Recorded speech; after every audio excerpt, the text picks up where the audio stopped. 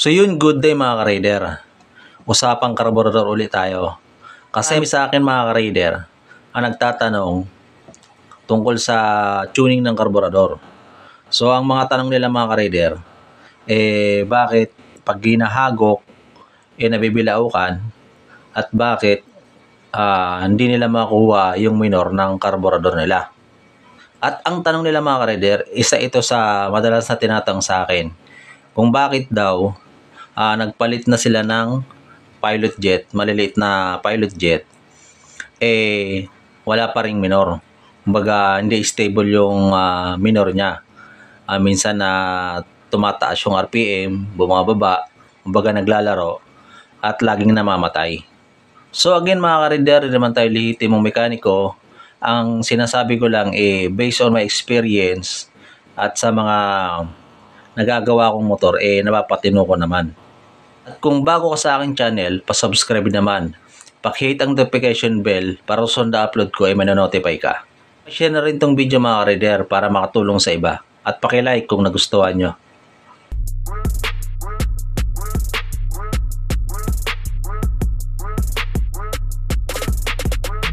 Unang i-discuss natin mga ka-raider is yung pagkuha ng minor. So mga ka-raider, magpo-focus lang tayo sa pilot jet. So silipin nyo yung butas. Halimbawa ito ay 38. So yan yung butas ng 38. Tapos hindi pa rin tumino mga ka-raider sa 38. Magbaba kayo ng 35 ng pilot jet. So 38 siya, mag 35 kayo.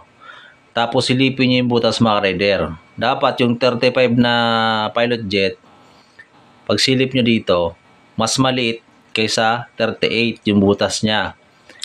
Hindi yung mga ka-raider, ito 38, tapos ito 35. Tapos pag sinilip mo rito, magkapareho sila ng laki ng butas. Dapat mga ka-raider, 38 to, tapos nag 35 ka. Itong 35, dapat mas maliit siya kaysa sa 38. Kasi mga ka-raider, 35 ang nakasulat, 38 ang nakasulat. Pero pag sinilip mo, magkapareho sila ng laki ng butas. So, depende pa rin yan sa butas mga ka-raider, sa manufacturing paggawa nito. So, ako mga ka-raider, hindi ako nagbabase sa number. Minsan, pag bumibili ako ng pilot jet, titignan ko kung 35, isilipin ko kung pang 35 talaga yung butas niya. Minsan mga ka-raider, 38. Tapos, pag sinilip ko rito, napakaliit. Pang 32 yung butas ng pilot jet niya. So, yun mga ka-raider. Pag sumubo ka ng pilot jet, tapos tinignan mo rito, tapos hindi mo makuha yung tamang minor, magbaba ka tapos silipin mo dito. Dapat mas maliit sa unang nilagay mo. At sasagutin ko rin mga ka-raider yung tungkol sa reach. Ba palit na sila ng palit, reach pa rin yung sunog ng kanilang combustion. O spark pag grading sila, reach pa rin. Unang-una mga ka-raider, patinuin nyo muna yung minor nyo, yung pilot jet. Pag matino na yung pilot jet, saka kayo mag-testing ng main jet. Ito, main jet. So, kahit mataas to, kapag reach pa rin, dito na kayo magbaba mga ka-raider. So, again mga ka-raider, sisilipin nyo rin yung butas. Kasi minsan, maliit yung number, pero yung butas, napakalaki. So, patinuin nyo muna mga ka-raider yung minor, yung pilot jet nyo. Hanapin nyo muna kung saan stable yung minor nyo. Pag stable na yung minor nyo, madali na lang mga ka-raider magpalit ng main jet. Kung lean o rich, tapos kunting timpla lang sa sa minor. Kung ilang turns, yan, madali na lang yung mga ka-raider. Basta mapatino nyo lang yung minor nyo. Sa pilot jet kayo mag-focus. Tapos, mag-umpisa kayo mga ka-raider sa karayom, sa taas. Pinakadulo sa taas. Doon kayo mag-umpisa. Pag hindi pa rin tumino, tapos maliit na yung pilot jet nyo, subukan nyo sa pangalawa.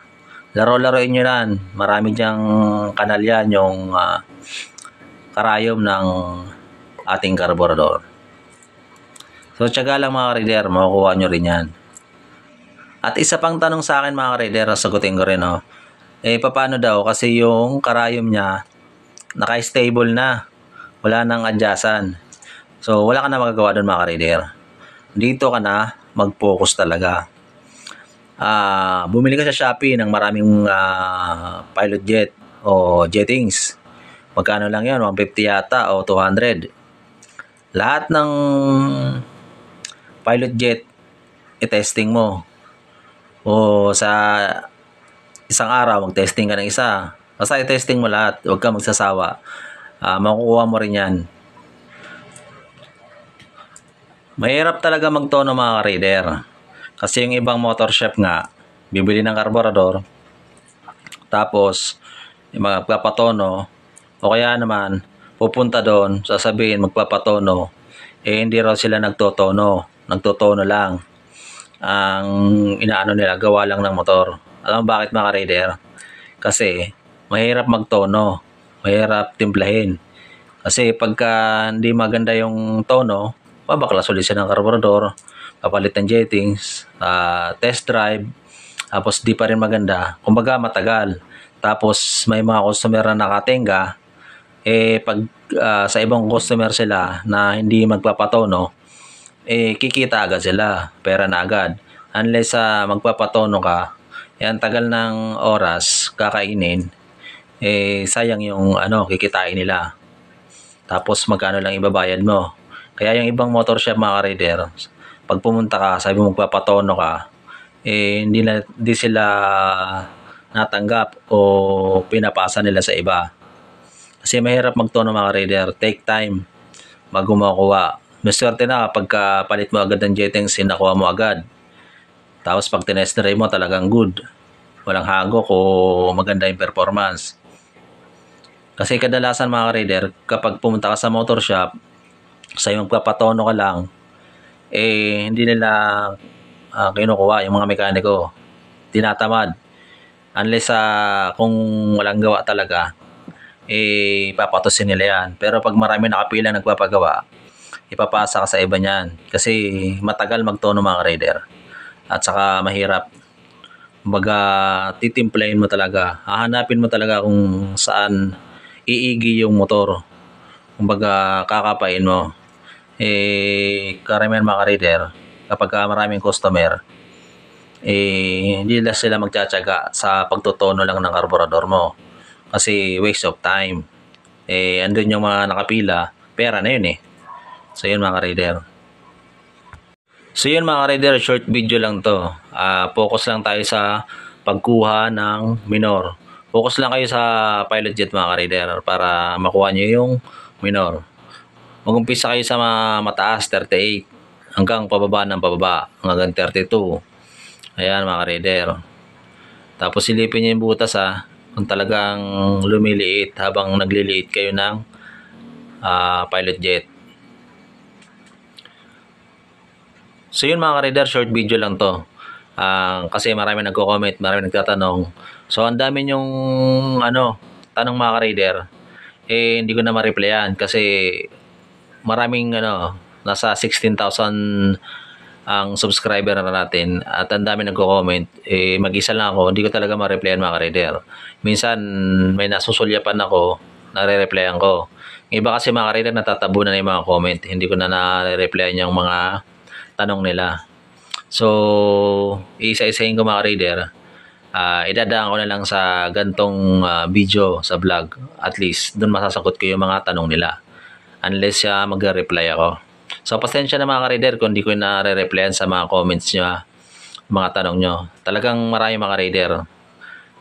Mag-isa lang ako, 16,000 kayo. Mahirap mag-reply.